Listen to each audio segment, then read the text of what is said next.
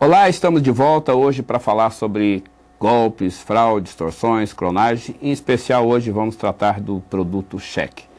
Na verdade, nós vamos estar comentando sobre o uso do cheque, tanto você enquanto usuário de banco, usuário de talão de cheque, usuário do cheque, tanto quanto também você lojista que recebe cheque como forma de pagamento. Alguns cuidados básicos necessários, como por exemplo, você tem o hábito de conferir sua conta bancária, você tem o hábito de conciliar cheques emitidos com cheques efetivamente descontados, você costuma frequentemente verificar o número de folhas no talão de cheque recebido do banco ou eventualmente enviado pelo correio.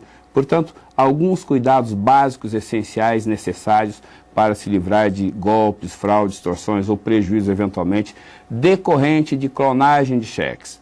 Lamentavelmente, hoje nós convivemos com clonagem de cheques, coisa que nos Estados Unidos somente na década de 60, o Brasil já na década de 80 começou a conviver com questões relacionadas à clonagem de cheque. A mesma tecnologia que nos facilita, scanner de alta resolução, fotocopiadoras coloridas, algumas até com 98% de resolução gráfica, possibilita a clonagem com extrema qualidade, com extrema semelhança. Portanto, temos em mãos aqui uma infinidade de cheques de vários bancos diferentes e todos eles, à luz de quem conhece efetivamente o ambiente bancário ou para o usuário do banco, na verdade são muito parecidos com cheques verdadeiros. Entretanto, cada um deles tem uma história diferente. Por exemplo, CMC7. Você sabe o que é a CMC7? CMC7 é a tecnologia que possibilita, que permite com que o cheque seja debitado na tua conta. Então, a partir dessa numeração, o banco debita na conta do emitente. Entretanto, nós temos um golpe que consiste em, chamado golpe do cheque laminado, corta o cheque em diagonal exatamente nesta linha central. A partir daí, faz-se uma montagem, despreza a parte inicialmente preenchida e normalmente cheques de pequenos valores. A partir daí, possibilita com que o falsário corte o cheque na diagonal, a partir de uma folha de cheque do mesmo banco, porém de qualquer pessoa, clona-se aí um cheque ou monta-se um cheque utilizando-se a parte superior do cheque, alterando, obviamente, valores extenso e numeral. Um outro golpe importante, cuidado igualmente importante que você, usuário, deva tomar, é no que diz respeito ao preenchimento do cheque. Primeiro, evite preencher mecanicamente. Circunstância em que lhe é oferecido o preenchimento via máquina, ou seja, senhor, por favor, só assine o cheque, a máquina preenche.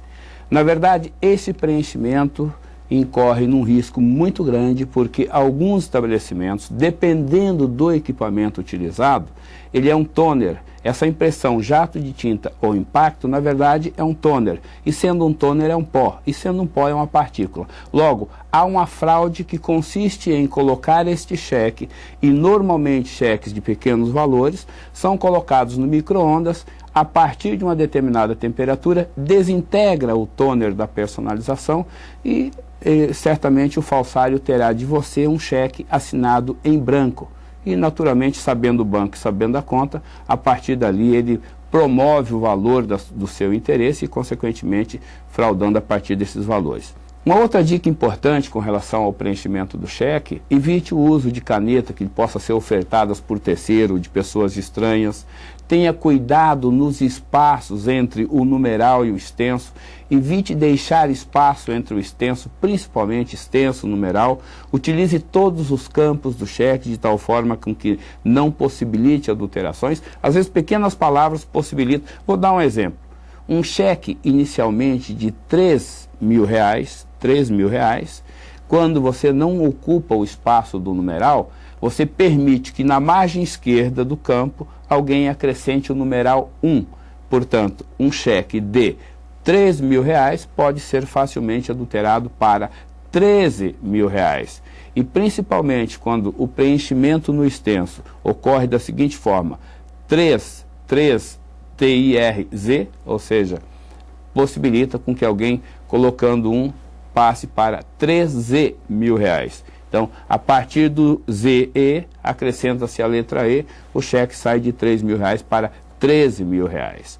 Alguns cuidados ainda importantes com relação ao receber um cheque: coloque o dedo na margem esquerda do cheque na tentativa de identificar a microserrilha ou seja, originário de um talão de cheque. Quando você está de posse de uma folha, a microserrilha identifica se ele efetivamente é um cheque autêntico ou não.